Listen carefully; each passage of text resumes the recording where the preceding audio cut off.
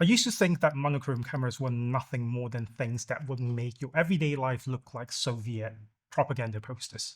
Today we're going to talk about the Leica Q2 Monochrome. So about a year ago when I first heard that Leica was releasing the M11 Monochrome, I was one of those people who said in public that it's such a pointless camera. Why can't you just take away saturation from a photograph and that's it? It's going to look the same. I kept that opinion for about 2 or 3 months until I started shooting Leica seriously. I transitioned from Sony to Leica. I started using the high contrast monochrome option on the M11, and to be quite honest, I was blown away. So it piqued my interest. What does the monochrome cameras look like? Now recently I got my hands on this. This is the Q2 Monochrome. Now, I understand that not every one of you has the time to watch the entire video, so I'm going to just give you a short summary of what I think of the camera. Should you buy it? Yes, but not as your first Leica, nor any camera. You should get a camera that shoots in color for everyday use. It's a huge commitment to make to shoot in black and white. The alternatives to it, yes, get the GR3. Absolutely impressive black and white pictures you can take with that for a fraction of the price. Right now, so let's start getting into the details of what this camera is. This is a 47.3 megapixel camera. It has a monochrome sensor, so it is incapable of shooting color. Attached to it is a Summilux 28mm f1.7 with macro capabilities. We'll talk about that lens later. Now, you cannot change the lens on this camera. It's literally affixed to it, so this is the only choice you have, although there are workarounds, which I will show you later as well. Design-wise, it's very, very simplistic. There's only white and black on the camera, no red dots, so it's very subtle, it's very understated. Build quality-wise, it's a Leica. They're renowned for their build quality, so yeah, sublime camera. Trust me, if you pick this up, it will make any Fuji or Sony feel cheap in the hands. It has an IP52 rating, which means it's dust and moisture proof, although I wouldn't go diving with this camera. It isn't built for that.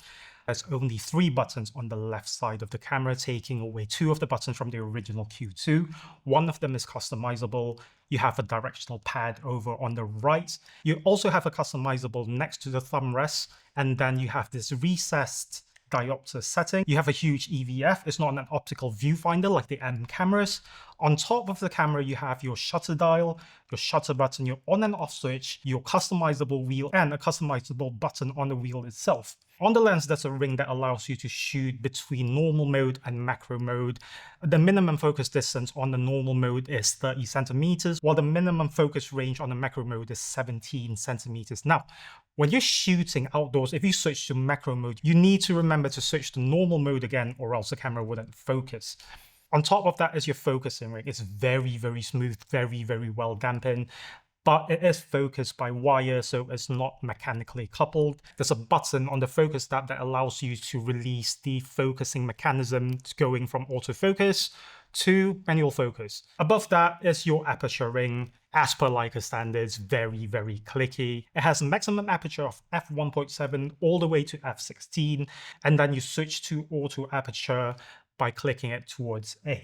Included with the camera is this square lens hood, which I really, really like. I like the design of it. This is possibly my favorite lens hood out of all the Leica lenses. It is detachable, and then once you take it off, there's a 49mm filter thread here, which you can attach different kinds of filters. And this being a monochrome camera, it is advisable that you have a set of colored filters, yellow, orange, blue, what have you, to change the tonality of your monochrome pictures. This is the way you detach the battery. So there's a switch here, you just slide it out, it doesn't drop, you actually have to press it and then it will pop out. Now on to the most important bit, the image quality. So before I show you any pictures, let me explain to you what a monochrome sensor is. So 99% of the sensors of this world start out as monochrome sensors. There are sensors like the Favion sensor, but we're not going to talk about that. We're going to talk about the most common sensors. They start out as monochrome sensors, and then they add a Bayer color filter right on it. Whether it's Bayer, whether it's X-Trans in the case of Fuji, there's a filter right in front of the sensor. That filter is a red, green, and blue filter, which separates out the colors, and then through the power of software, it puts everything together. The problem with that filter is that it takes away about one stop of light, and it takes away a lot of clarity from the pictures you take. Hence the reason why the base ISO of this camera is 100 instead of 64, and the maximum ISO of this camera is 100,000, about double what you get from a normal Q2. The question is always, why a monochrome sensor? Can't you take the saturation out of a photograph and you get the same results?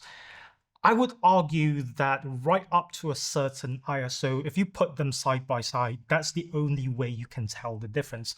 If you're shooting somewhere between 64 and 6400 ISO, I wouldn't see much of a difference, although if you put them side by side, there is a bit more texture, a bit more clarity in the pictures that you take with this camera compared to the original Q2 or the M11. But if you're shooting beyond that, I'm talking about ISO 12,500, I'm talking about ISO 50,000, I'm talking even up to ISO 100,000, the maximum ISO.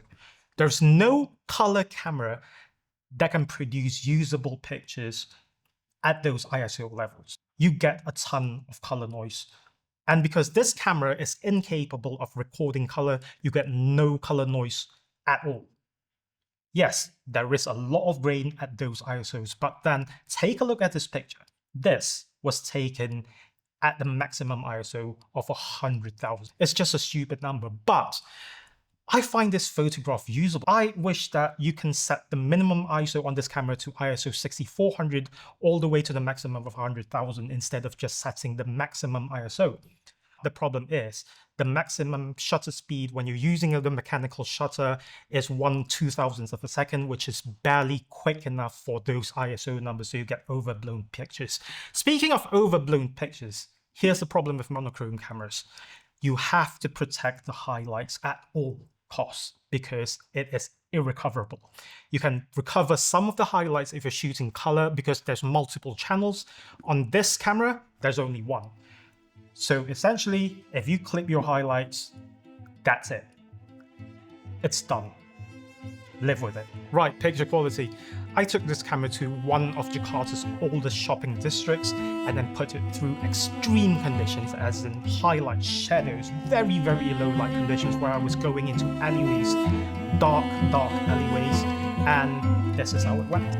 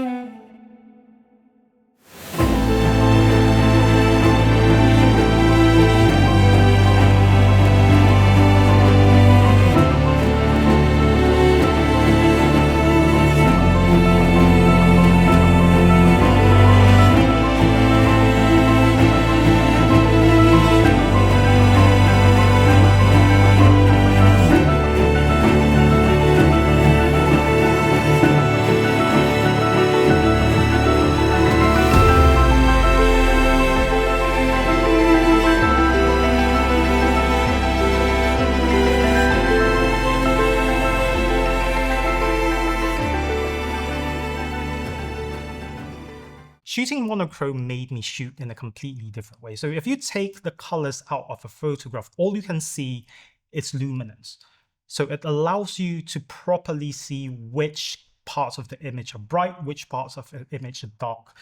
It teaches me to look at scenes in a completely different way. And I think I can use what I learned and translate them into color photography. Some of the pictures, I thought that my subject would pop out. It didn't. I started thinking, why? What conditions allow my subjects to pop? What kind of lighting? How much highlights do I need to fall on my subject in order for him to pop out? And how much shadow does my subject has to be in order for it to be hidden or underexposed? The next few pictures was me testing out the camera, the sharpness of the camera and the vignettes. It's very sharp in the center, wide open. In the corners, it's quite soft at wide open, but then it sharpens up by the time you go to f2.8. But then the center sharpness, it's so sharp wide open that you don't see much of a difference if you stop it down until about f11, where diffraction comes in and it turns the entire picture slightly soft. I stood in front of a white wall taking photographs running through the apertures as well. As you can see at f1.7, there's a bit of vignette which goes away by the time you go to f2.8. So yeah, incredible performing lens. They claim that this is a 28mm Summilux. I don't think it's the same lens. Number one, it's a bit wider than the Summicron and the 28 Elmarit that I reviewed 2 weeks ago. And then it has a maximum aperture of f1.7. The Summilux has a maximum aperture of 1.4. You get a different sense of depth if you compare this lens and the 28mm Summilux, which I will probably review in a future video. So yeah, I don't think it's the same lens, although this is a great lens as well. It's 2024, and this camera has been released a few years ago. Should you buy this or wait for the Q3M? Fun fact about the Q3M is that it uses phase detect autofocus, which is usually embedded in the Bayer color filter array. So I'm really curious on how they're going to work around that situation, or worst case scenario, we wouldn't even get a Q3M. Is it worth the money? Now, I understand that this camera isn't for everyone. Again, if you're looking for a good and solid black and white camera, the GR3 is capable of taking incredible black and white photographs, even though it has a color sensor. I actually hope that they would release a monochrome version. Right. That has been my review of the Q2M. See you in the next one.